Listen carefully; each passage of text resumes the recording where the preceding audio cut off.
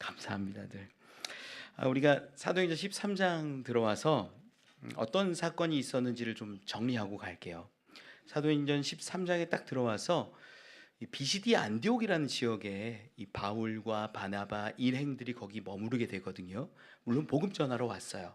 근데 거기 안식일에 회당에 딱 들어갔더니 회당장이 이 뭐 선지자들의 글을 딱 읽은 다음에 명령하는 거예요. 명령을 해서 너희 새로운 사람들 와서 우리에게 좀 권할 말이 있으면 권해라. 그게 이제 원어로 보면 위로해라 이거예요.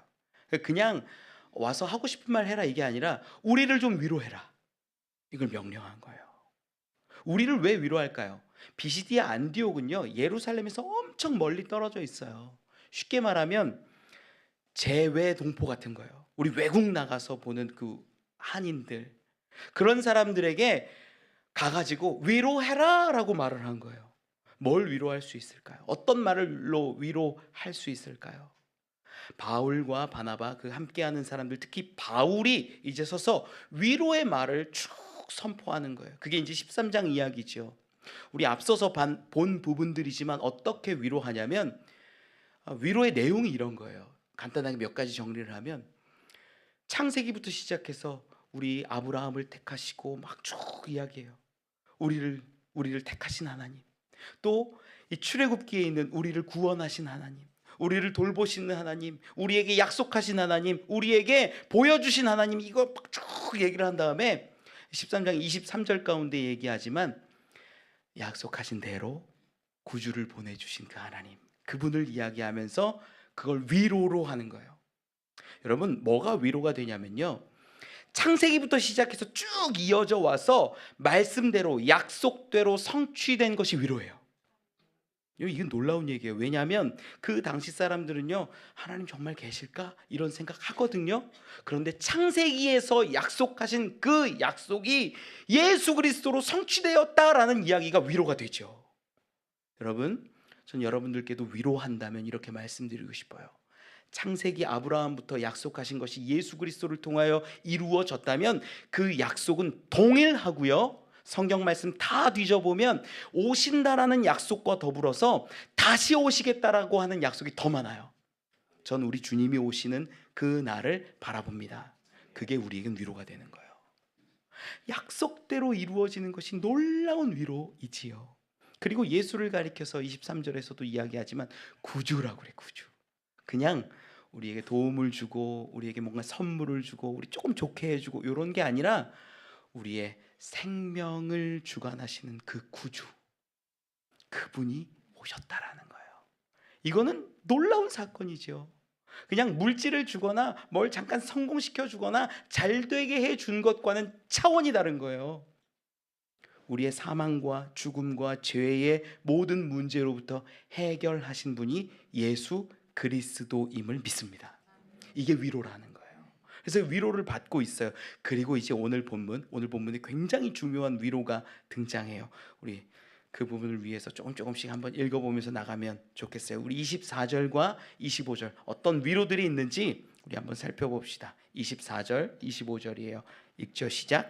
그가 오시기에 앞서 요한이 먼저 회개의 세례를 이스라엘 모든 백성에게 전파하니라. 요한이 그 달려갈 길을 마칠 때에 말하되 너희가 나를 누구로 생각하느냐? 나는 그리스도가 아니라 내 뒤에 오시는 이가 있으니 나는 그 발의 신발끈을 풀기도 감당하지 못하리라 하였으니. 아멘. 세례 요한 얘기를 하는 거예요. 세례 요한. 왜 갑자기 세례 요한 얘기를 하냐? 세례 요한이요, 그 당시 기준으로 봤을 때는 굉장히 유명하고 하나님이 함께 하시는 자로, 선지자로 역임을 받았기 때문이에요. 우리 세례 요한의 그 지위를 살펴볼 수 있는 부분이 있는데 우리 마가복음 6장 20절을 같이 한번 읽어보죠. 세례 요한이 얼마나 유명한 사람이었는지를 볼 수 있는 대목이에요. 읽어볼까요? 시작. 헤롯이 요한을 의롭고 거룩한 사람으로 알고 두려워하여 보호하며 또 그의 말을 들을 때 크게 번민을 하면서도 달갑게 들음이러라. 아멘. 이 헤롯 왕 얘기 나오거든요. 헤롯이 세례 요한을 보면서 어떻게 느꼈냐면 이게 의로운 사람으로 보이고 거룩한 사람으로 보이는 거예요. 하나님의 사람으로 여겨지는 거예요. 그러다 보니까 이 헤롯이 죽이는데도 불구하고 그를 볼 때는 두려워해요. 그리고 어떻게 했대요? 보호했대요. 그러니까 그냥 보통 사람으로 보지 않는 거예요. 왕이 이럴 정도면 그 세례 요한이 어떤 지위를 갖고 있었는지가 느껴지는 거죠. 많은 사람들이 세례 요한을 인정하고 선지자이구나 깨닫고, 그리고 정말로 수많은 사람들이 세례 요한에게 찾아와서 세례 받기를 원하고 세례도 받았어요. 세례 요한의 제자가 되기도 했어요. 그런데 그 세례 요한이 어떻게 했냐? 그 삶이 이제 다 끝나갈 즈음에 나 아니야. 실제로 세례 요한이 막 이 요한복음 1장을 보다 보면 쭉 나오거든요. 제가 굳이 언급은 안 하고 여러분 가서 요한복음 1장을 읽어보면 세례 요한과 예수님의 관계를 자세히 볼 수 있어요. 세례 요한이 그렇게 말해요. 나 아니야. 난 그리스도 아니야. 예수를 이튿날 예수님을 딱 보면서 그 세상 죄를 지고 가시는 하나님의 어린 양이로다 딱 선포하는 장면이 나와요. 그러니까 세례 요한이 누구를 인정하냐면 예수를 인정 딱 하는 거예요. 이게 중요해요. 왜 그러냐면 비시디아 안디옥 지역까지 세례 요한의 이름은 너무나 널리 퍼져 있었어요. 늘 뭐 왕도 인정하죠. 왕도 보호하죠. 유명한 사람이죠. 그 사람이 증언한 게 누구냐면 예수라는 거예요. 예수. 이걸 사람들에게 위로라고 하는 거예요. 위로. 여러분 이게 위로가 돼요? 위로가 돼요. 예수가 위로가 돼요. 지금 예수가 약속대로 오신 분이라는 것을 점점 더 증거를 이렇게 쌓아가는 자리인 거예요. 약속대로 오셨고 말씀대로 오셨고 지금 있는 당대의 가장 유명한 선지자도 증거하고 있고 자기가 아니라 요한복음 1장에 나는 외치는 자의 소리로라 라고 이야기하면서 예수를 증거하는 그 장면들 우리가 알고 있잖아요.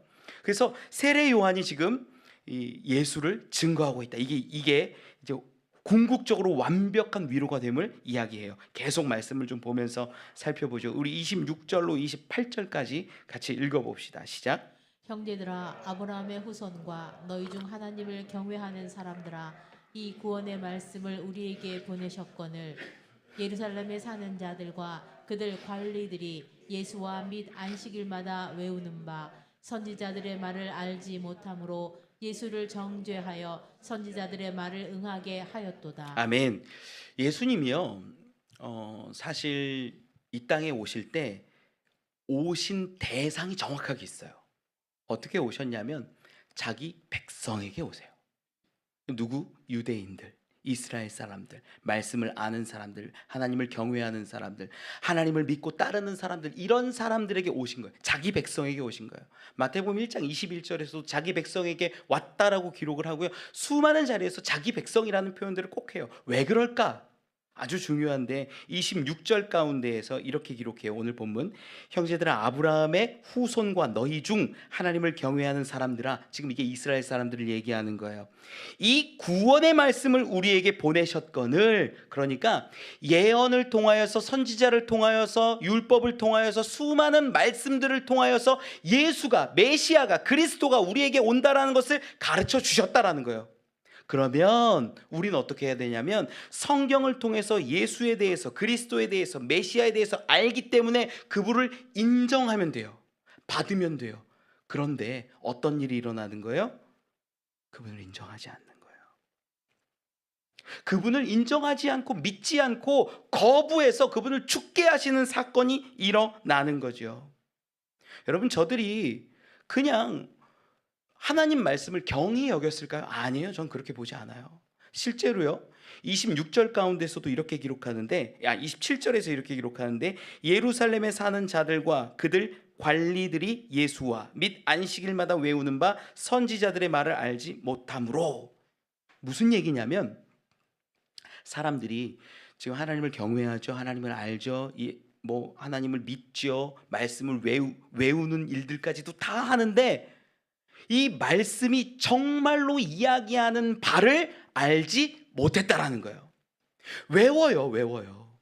외우는데도 선지자들의 말이 정말 뭔지 진의를 알지 못하니까 예수를 못 박아 죽이는 거예요. 여러분, 저 어렸을 때도 이렇게 캠프하고 뭐 수련회하고 그러면요, 밥을 주는데 말씀을 한 절 외워야 밥을 줬어요. 밥절이라고 했어요. 밥절. 그래서 이거를 외워야지만 밥을 준다니까 반쯤은 강요고 먹어야 되니까 외우고 옆에서 다 외우니까 뭐 외우고 뭐 그랬어요.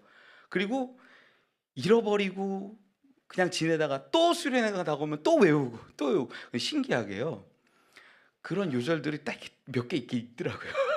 몇 개 있더라고요. 그런 것들이 머리에 쏙쏙 남아요. 근데 본문 말씀에서도 기록해요. 성경을 외워요. 안식일마다 성경을 읽고 묵상하고 외우고 하는 일들이 일어나는데, 중요한 건 그 외움이요, 힘과 능력이 있어요. 여러분 부정하는 거 아니에요. 그거 중요해요. 성경에 보면은 여러 군데에 성경 말씀을 미간에 붙이고 손목에 뭐 붙이고 뭐 이래갖고 외우고 읽고 강론하고 가르치고 하라고 해요. 외워 들리라는 말씀도 있어요. 그러다 보니까 말씀을 외우는 거는 귀하고 능력이 돼요. 힘이 있어요. 그런데 알지 못하고 외우면 어떻게 되냐면 죽이는 일들을 하더라 라는 거예요. 여러분 말씀 많이 외우십시오. 말씀 묵상하십시오. 말씀을 막 읽고 외우려고 애써 보십시오. 그런데 그와 함께 더불어 가야 되는 게, 이게 무슨 말씀인지를 아는 것. 그냥 이걸 모르고 외우면 절름발이가 되는 거예요. 그러다 넘어지는 거예요. 우리가 흔히들 많이 하는 말씀들 있잖아요. 내게 능력 주시는 자 안에서 내가 모든 것을 할 수 있느니라. 외우고 막 선포하고 기도하면서 내가 능력 주신 자 안에서 내가 예수 이름만 부르기만 하면 모든 것 할 수 있을 것이라고 여겨요. 맞죠? 그런데 그 모든 것이 내가 원하는 모든 것이 아니에요. 먼저가 뭐냐면 내게 능력 주시는 자 안에서예요. 이걸 모르고 모든 것을 할 수 있느니라, 모든 것을 할 수 있느니라, 내가 이것도 할 수 있고 저것도 할 수 있고, 이렇게 여기는 거예요.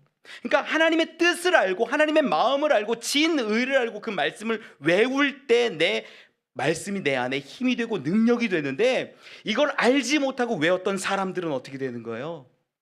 예수를 못 박는 거예요. 여러분, 그래서 저는 여러분들께 권면합니다. 많이 외우십시오. 도전하십시오. 괜찮아요. 읽고 묵상하고 외워보십시오. 그리고 그와 함께 더불어서 이게 무슨 말씀인지, 뭘 얘기하고 싶은 거지, 뭘 선포하고 싶은 건지를 분명히 우리가 알아야 그것이 온전한 힘과 능력이 되더라라는 거예요. 이게 안 되면 예수 못 박는 거예요. 지금 그거 얘기하고 있어요. 27절에 그 관리들이 예수와 및 안식일마다 외우는 바 선지자들의 말을 알지 못함으로 예수를 정죄하여 선지자들의 말을 응하게 하였도다. 그랬더니 결국은 선지자들도 예언한 것이 뭐냐면 예수 그렇게 버림받은 바 되고 죽이게 되고 나무에 매달린 자 된다라는 얘기, 그것들을 그대로 이루어졌다라고 가슴 아파하면서 얘기하는 거죠. 그리고 나서 그의 죽음을 향하여서 28절에서는 이렇게 이야기합니다. 28절 한 번만 더 읽어보죠. 시작. 죽일 죄를 하나도 찾지 못하였으나 빌라도에게 죽여달라 하였으니. 아멘. 이 유대인들 입장에서 예수를 죽이고자 결정을 했는데 죽일 수 있는 방법이 없는 거예요. 왜? 죄가 없으니까. 그래서 빌라도의 힘을 빌어서 빌라도에게 죽여달라고 얘기하는데, 누가복음 23장을 보면서 나오지만 여러분 찾아서 읽어보세요. 제가 말씀을 안 드릴게요. 22절만 좀 띄워줄 수 있을까요? 22절 한 번만. 예, 22절만 같이 한번 읽어보죠. 시작. 빌라도가 세 번째 말하되 이 사람이 무슨 악한 일을 하였느냐, 나는 그에게서 죽일 죄를 찾지 못하였나니 때려서 놓으리라 하니. 세 번이나 말했는데 죽일 죄를 찾았어요? 못 찾았어요? 못 찾은 거예요. 세 번이나 무죄하다라고 선포한 거예요. 그러니까 유대인들 기준에서도, 율법의 기준에서도 예수를 죽일 이유를 찾지 못했고, 세상 법정에 가서 로마 법에 따라서도 세 번이나 동일하게 이야기하는 게 죽일 이유와 죽일 죄목을 찾지 못했다라고 빌라도가 고백한 거예요. 예수는 죄가 없습니다. 정확하게 말씀드려서. 그런데 왜 죽였냐?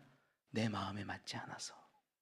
오히려 말씀을 외우는 자들이 내 생각과 내 뜻과 다르니까 예수를 죽이는 거예요. 죽이는 거. 여러분, 제가 좀 말씀을 드릴게요. 우리가 성경 많이 보는 분들이 있어요. 성경 많이 보는데 내가 원하는 것들이 있어서 성경 보는 분들이 간혹 있어요. 어떤 것들을 원합니까? 어떤 비밀한 거, 신비한 거. 야, 성경을 통해서 이런 능력을 얻었네. 성경을 통해서 이런 비밀한 것들을 깨달았네. 이런 것들을 위하여서 원하여서 성경 보는 사람들이 생각보다 많아요. 야, 이렇게 하니까 복을 얻네. 이거 나 따라야겠다. 기록해놨다가 여러분, 실제로요, 우리가 잘하는 사람을 따라가요. 잘하는 사람. 세상에 공부 잘하고 어떤 분야에 박사요, 교수요 하는 사람들이, 여러분 궁금하시죠? 이겁니다. 그 분야에서 얘기하면 거기에 관심 있는 사람들은 어떻게 해요? 막 받아 적어요. 아, 이렇게 하는 거구나. 이렇게 하면 되겠구나. 돈 많이 버는 사람이, 우리나라 대기업 총수 같은 사람들이 와서 막 입장료 1억 한 다음에 정말 대박 치는 법 해가고 강좌 연다고 해보세요. 빚내서라도 갈 사람 있어요? 안 할 것 같으세요? 해요. 우리나라 총수 5명이 나와갖고 특강 해준다고 하면 생각해 보세요. 돈 버는 비법. 가겠어요, 안 가겠어요? 아, 돈도 별로 돈도 관심이 없으신가 봐요. 아, 1억이 없어. 빚내서라도 갈 것 같아요, 저는. 돈에 관심이 많으면. 그렇지 않겠어요? 그러니까 최고 달리는 사람들의 이야기를 듣고 그걸 따라하고 싶은 게 일반적인 사람들의 마음이에요. 근데 성경에 그런 비밀들이 있다라고 여기는 분들이 꽤 많아요. 야, 형통의 비법, 축복의 비법, 생명의 비법, 영생의 비법, 어떤 비법, 뭐 이런 것들. 유튜브 보니까 그런 제목으로 달아가지고 뭐 이렇게 하면 사람들이 자꾸 이렇게 클릭하는 거예요. 야, 영생의 비밀, 여러분 모르는 거 알려드릴게요. 뭐 이러면 별로 좋은 거 아니에요.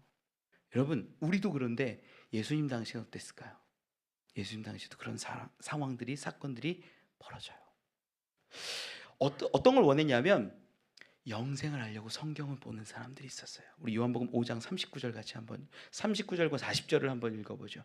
요한복음 5장 39절 40절 말씀이요. 같이 읽어보죠. 시작.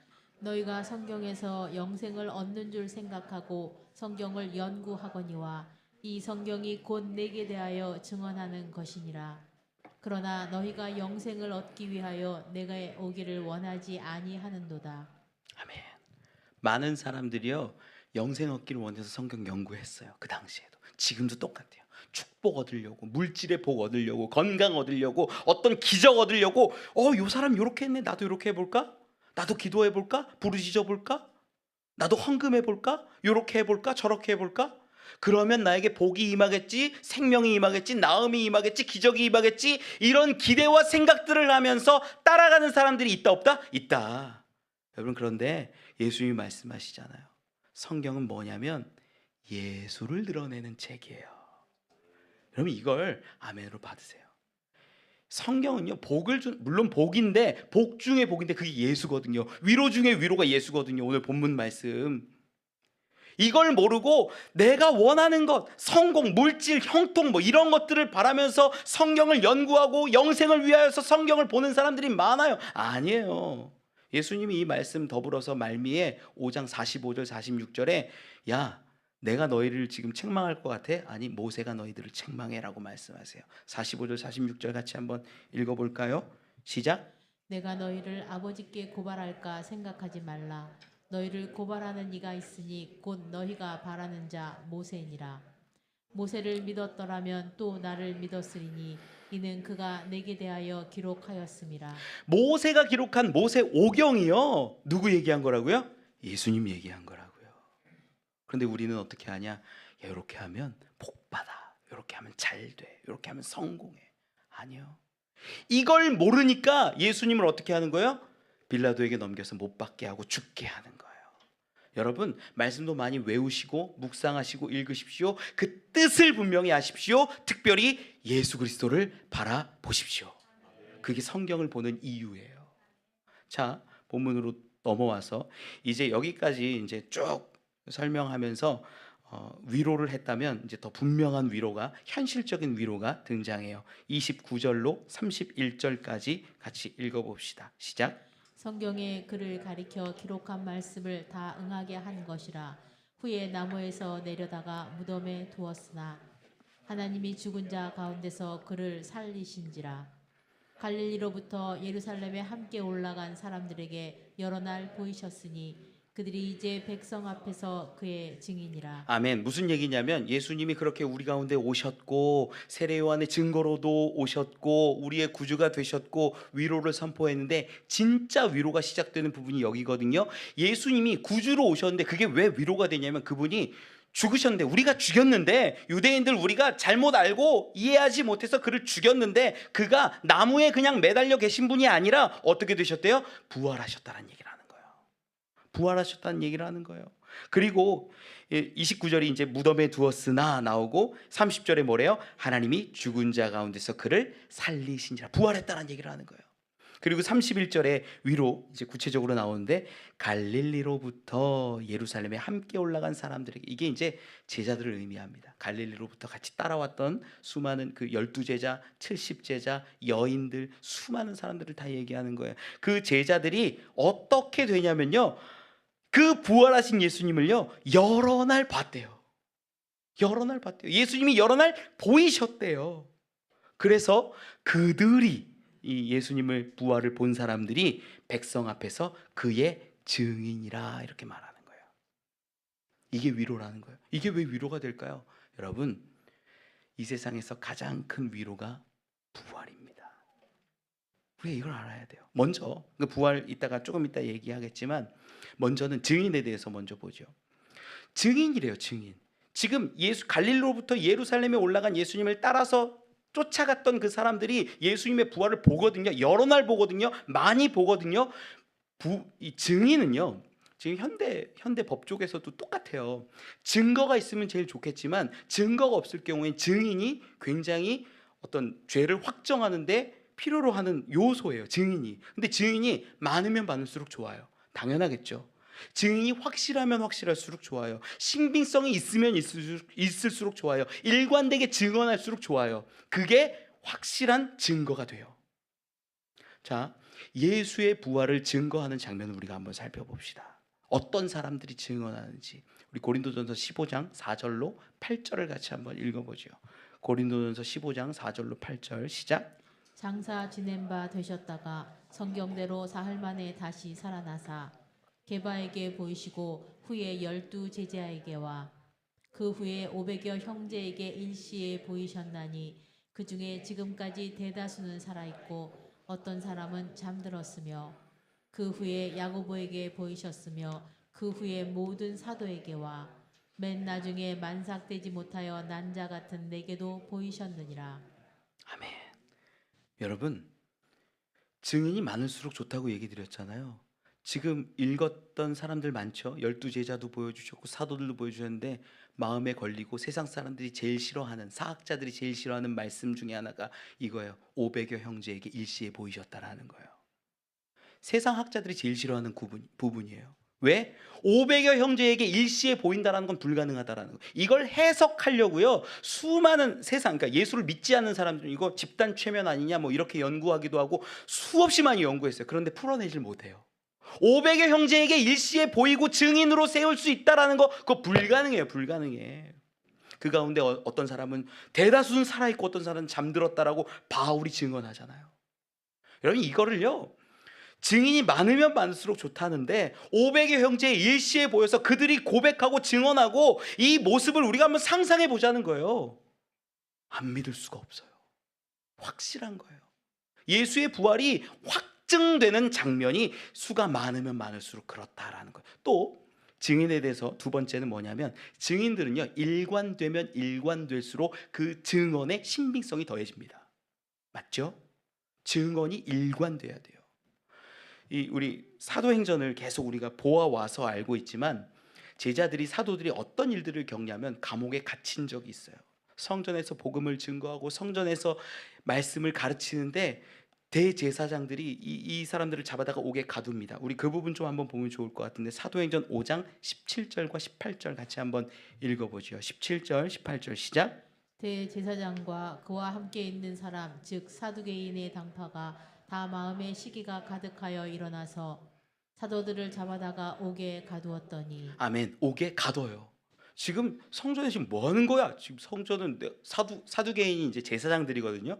제사장이 짱인데 니네 지금 뭐 하는 거야? 뭐 헛소리를 하고 있고 부활을 가르치고 있고 지금 뭐 하는 거야? 화가 나고 옥에 확 가둬버려요.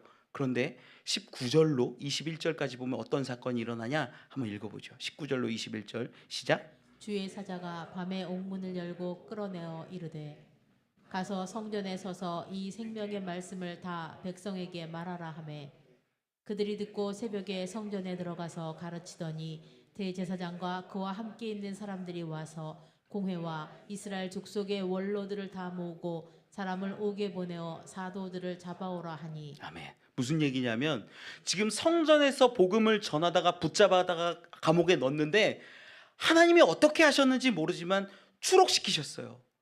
어떻게 보면 탈옥일 수도 있고 나왔는데 성령이 하시는 말씀이 너 여기 있지 말고 아까 어제 잡혔던 그곳 성전에 가서 복음을 전해 이 얘기를 하시는 거예요. 그러니까 그들은 가요. 여러분 탈옥이든 추록이든 옥에서 나왔어요. 그럼 어디 가야 돼요? 도망가야죠. 기본적으로. 여러분 안 그래요? 이때 종교 재판이 무서운 건요. 대제사장이 갖고 있었던 권세가요. 종교 재판으로 하나님의 이름을 신성 모독했다 그러면 돌 던져 그냥 죽일 수도 있어요.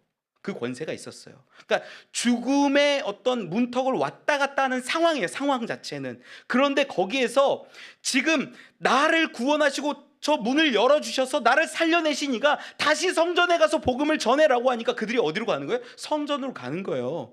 여러분 이게 일관성이에요. 복음을 들은 자의 일관성. 원래 여기서 우리는 어떻게 해야 돼요? 우리 같으면 도망가야죠. 생명을 부지하는 게 먼저죠. 다 훈일을 도모하더라도 잠깐은 피신하는 게 먼저죠.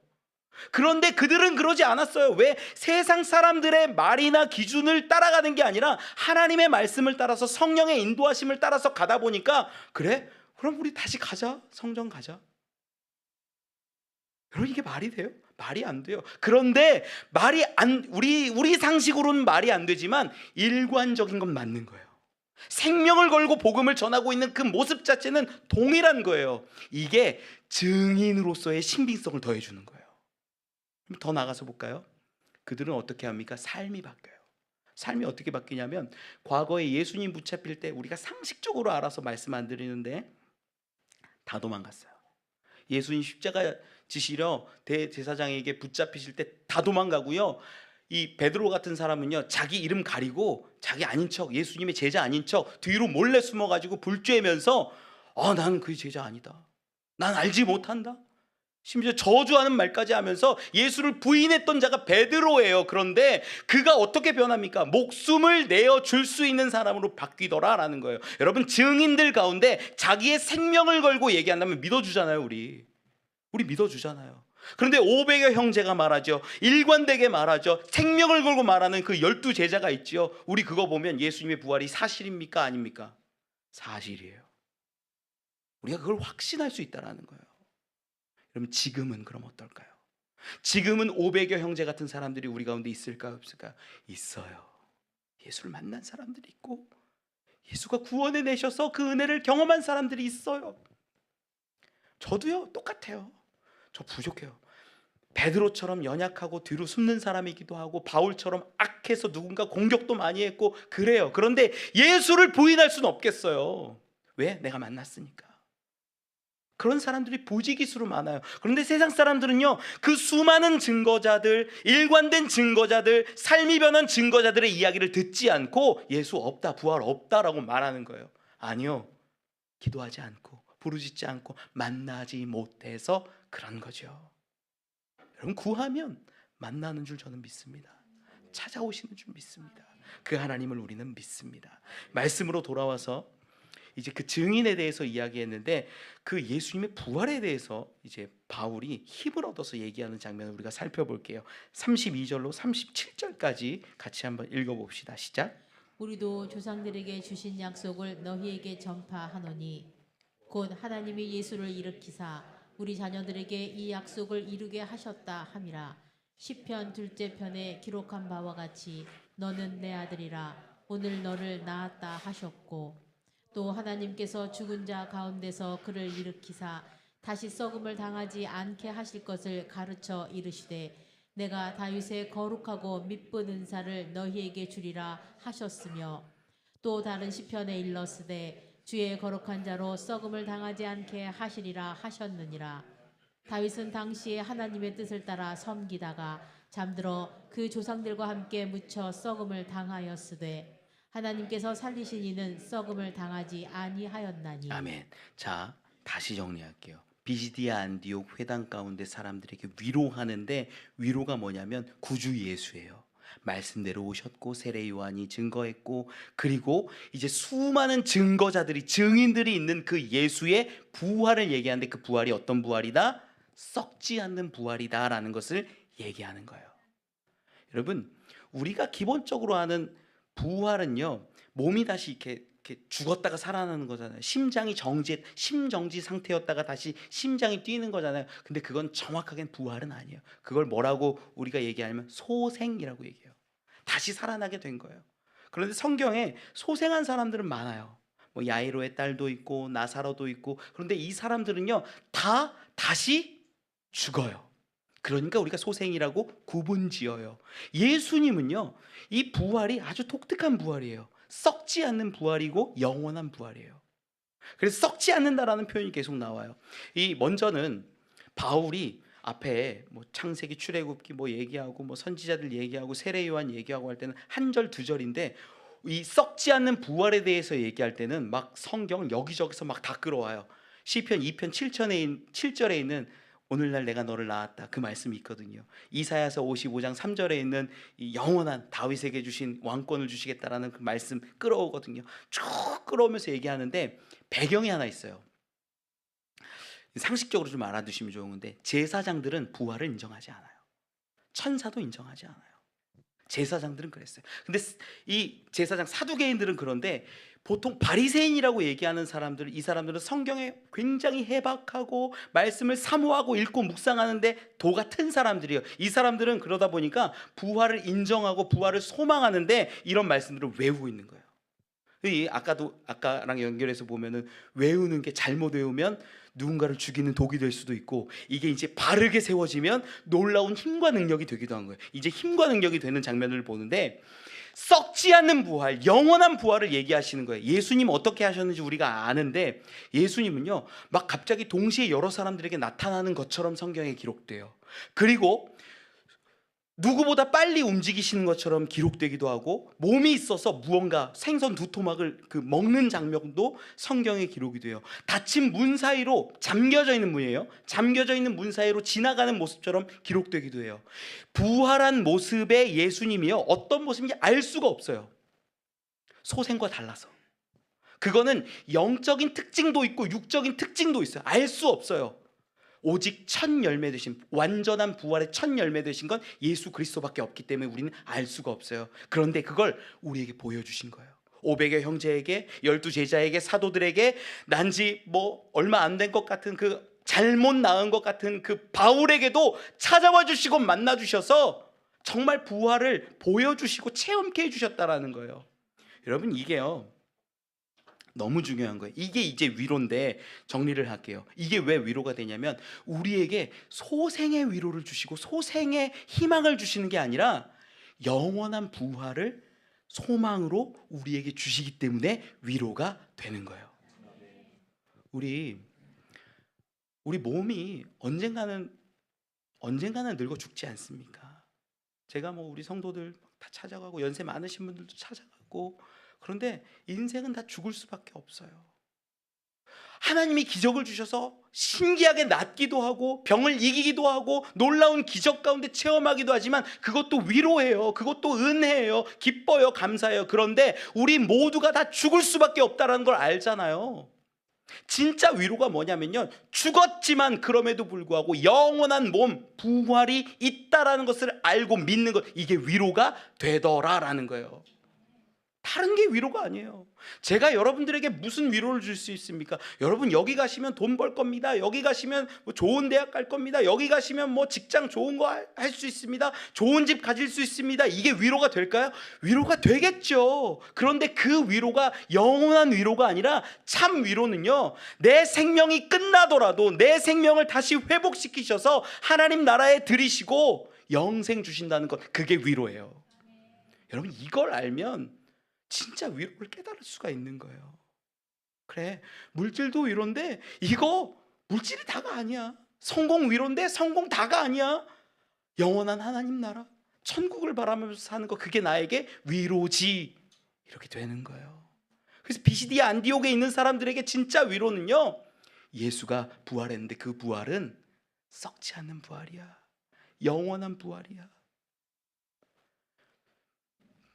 여러분들께 제가 위로하기를 원합니다.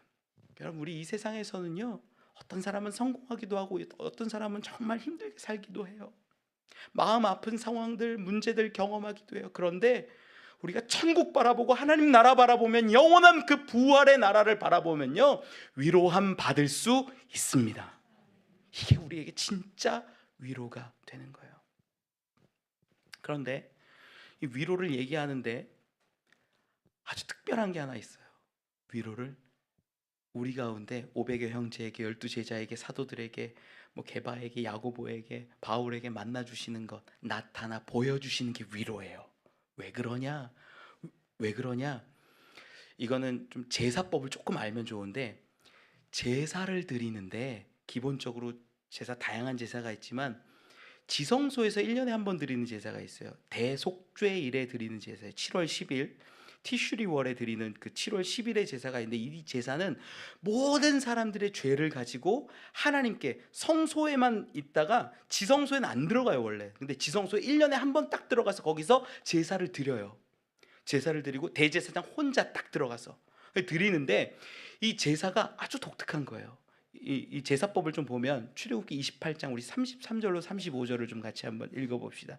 출애굽기 28장 33절로 35절, 이 지성소에 들어가는 제사법의 독특한 걸 우리가 한번 읽어볼게요. 읽어보죠. 시작. 그 옷 가장자리로 돌아가며 청색, 자색, 홍색 실로 성류를 수놓고 금방울을 간격을 두어 달되, 그 옷 가장자리로 돌아가며 한 금방울 한 성류, 한 금방울 한 성류가 있게 하라. 아론이 입고 여호와를 섬기러 성소에 들어갈 때와 성소에서 나올 때 그 소리가 들릴 것이라. 그리하면 그가 죽지 아니하리라. 아멘. 무슨 말이냐면, 아론이 옷을 입는데, 에봇을 입는데 그 옷 끝자락에다가 금방울을 달고 성류 모양의 뭘 달고 금방울을 달고 이렇게 돌아가면서 쭉 달라고 하는 거예요. 그러면 걸어 다니면 어떤 소리가 나냐면 딸랑딸랑 소리가 나는 거예요. 금방울에서. 그리고 그 소리가 들릴 때 죽지 아니할 거라고 성경 말씀 기록돼 있는 거죠. 그러면 지성소에 들어가는 그 대속죄를 생각해 보면 이렇게 우리가 알 수 있게 돼요. 지금 대제사장이 한 걸음 한 걸음 들어갈 때 딸랑딸랑 소리를 지성소 밖에 있는 제사장들이나 레위인들이 듣습니다. 그리고 저 밖에서 백성들도 들어요. 못 들을 수도 있겠지만 그걸 알아요. 제사장이나 이런 사람들을 듣고 있는 거예요. 그런데 어느 순간 방울소리가 안 들린다고 생각해 보세요. 지성소에는요, 아무나 들어갈 수 없고 언제든 들어갈 수 있는 게 아니에요. 1년에 한 번만 허락되어 있는 거예요. 거기 먼지가 쌓이면 어떡할까요? 먼지 그대로 뒀어요. 청소도 안 했어요. 아무나 들어갈 수 있는 곳이 아니에요. 거기는 늘 들어가는 것이 아닙니다. 그런 자리에 1년에 한 번 들어가요. 딸랑딸랑 소리 들으면서 긴장하고 있어요. 갑자기. 그런데 1시간 2시간 소리가 안 들린다고 생각을 해보세요. 그러면 밖에 있는 제사장이나 이 백성들이 어떤 마음이 들까요? 제사장 죽은 거 아니야? 죽은 거 아니야? 큰일 난 거 아니야? 문제된 거 아니야? 그래서 유대인 랍비 중에는 어떻게 해석을 하냐면, 거기 들어가서 만약에 죽으면 해결할 수 있는 방법이 없어요. 거긴 아무도 못 들어가니까. 대제사장도 세우지 않았으니까. 그래서 대제사장 발 한쪽에다가 끈을 달았을 것으로 여겨요. 끈이 있고 들어갔는데 만약에 잘못해갖고 거기서 죽으면, 쓰러지면, 종소리가 계속 안 들리면 끌어는 내야 될 거 아니에요. 시신을 수습은 해야 될 거 아니에요. 끈을 당겨가지고 제사장을 끌어오고 그 시신을 수습했을 것으로 그렇게 해석을 해요. 유대인 랍비들이. 충분히 가능하죠. 그런데 다시 생각을 돌아봅시다. 딸랑딸랑 거리는 소리가 1시간, 2시간, 3시간 안 들린다고 생각해 보세요. 마음 얼마나 졸일까요? 끈을 당길까요? 말까요? 어떻게 할까요? 그렇게 고민하고 생각하고 있는 찰나에 지성소 휘장이 열리면서 대제사장이 딱 나타나면 마음이 어떨까요? 대제사장을 보면서 살았다. 그리고 이어서 나오는 게 뭐예요? 하나님께 드린 그 속죄의 제사를 하나님이 받으셨다가 되는 거예요. 그래서 대제사장이 백성들 가운데 얼굴을 드러내는 것이 뭘 의미하냐면, 속죄의 제사가 완성되었다, 성취되었다, 이루어졌다, 종결되었다, 이것과 연결이 되는 거예요. 예수 그리스도가 우리 가운데 대제사장으로 오신 것을 우리는 성경의 증언을 통해서 알잖아요. 그래서 예수 그리스도가 모든 당신의 몸을 드림으로 이 세상의 사망과 죽음과 권세를 다 끝내고 제사 드린 것을요 드러내 보이시는 것이 의미가 있는 거예요. 그래서 부활하신 예수를 딱 만났을 때 우리는 어떻게 되냐? 예수께서 당신의 몸을 드린 그 제사가 온전히 성취되었구나, 이걸 믿게 되는 거예요. 여러분, 그래서 교회 아무리 와도 기쁨이 없다가도 예수 그리스도를 만난 사람들의 특징이 뭐냐면은 예배 드릴 때 기쁨과 감격이 있는 거예요. 교회 10년, 100년, 20년 뭐 다녀도 아무 의미 없어요. 정말 예수를 만나면 그 안에 기쁨이 있어요. 예수를 만나지 않으면 습관으로 오는 것도 있고, 근데 습관도요 여러분 무시 못해요. 엄청 큰 힘과 능력이 있습니다. 그 가운데도 하나님이 주신 은혜가 있고요. 그런데 전 얘기하는 거 그거예요. 예수 그리스도를 만난 사람들이 이렇게 역사를 이루어 가더라. 여러분, 내가 예수를 못 만났다라고 생각하시는 분들은요 만나길 간구해 보세요. 주님은요 바울과 같은 자에게도 만나주세요. 정말 부족하다라고 이야기하는 그 자에까지 만나주시는 분이 하나님 예수님이시라는 거예요. 그래서 부활을 정리하면, 부활이 왜 우리에게, 그들 비시디아 안디옥에 있는 사람들과 우리에게 위로가 되냐? 영원한 것을 바라보게 하기 위해, 바라볼 수 있게 해서, 그리고 부활로 인하여서 우리의 죄가 이제는 정말로 사해졌고 우리 예수 그리스도로 인하여서 드린 대속의 제사가 완전히 성취되었다는 것을 보기 때문에 큰 위로를 얻는 거예요. 말씀 정리합니다. 여러분, 세상 사람들을 보면요 위로라는 표현을 많이 쓰는데, 위로 언제 받는다라고 물어보면요 힘들지만 무언가 내가 보상받을 때 그걸 위로로 여기더라고요. 또 누군가가 함께 있어줄 때 그때 위로라고 여기더라고요. 하나님, 내가 열심히 살았는데 자녀 위해서 희생했는데 자녀가 이렇게 잘 됐어요. 이거 나에게 주시는 위로와 선물 같아요. 이렇게 말하기도 하고, 내가 열심히 회사를 위해서 충성했는데 회사에서 나를 인정해 준 것 같아요. 위로가 되기도 하고, 내가 부부 가운데 열심히 살았는데 내 배우자가 나에게 정말 헌신하는 걸 보면서 위로함 받기도 하고, 세상의 위로는 그런 것들이에요. 그런데 우리 주 예수 그리스도가 위로로 오실 때 그 위로는 세상의 위로랑은 달라요. 영원한 생명의 위로예요. 천국의 위로예요. 부활의 위로예요. 교회 다니는 사람들도 많은 사람들이 오해해요. 우리 이렇게 살다가 죽으면 영혼이 천국 가는 거 아닌가요? 아니요. 우리는 몸의 부활을 믿는 사람들입니다. 우리의 이 몸이요 정말 부활해서 예수 그리스도처럼 부활한 모습으로 살게 됨을 믿는 사람들이에요. 사도신경에, 우리 감리교 신앙고백에 수많은 곳에서 그걸 증거하고 있지요. 여러분, 지금 우리는 고난받고 힘들고 어렵지만 전 여러분들께 말씀드립니다. 예수의 부활이 참 위로입니다. 하나님께서 살리신 그 예수가 우리의 영원한 소망이요 위로됨을 믿습니다. 그 위로로 살아가는 저와 여러분 우리 되시길 축원합니다. 우리 같이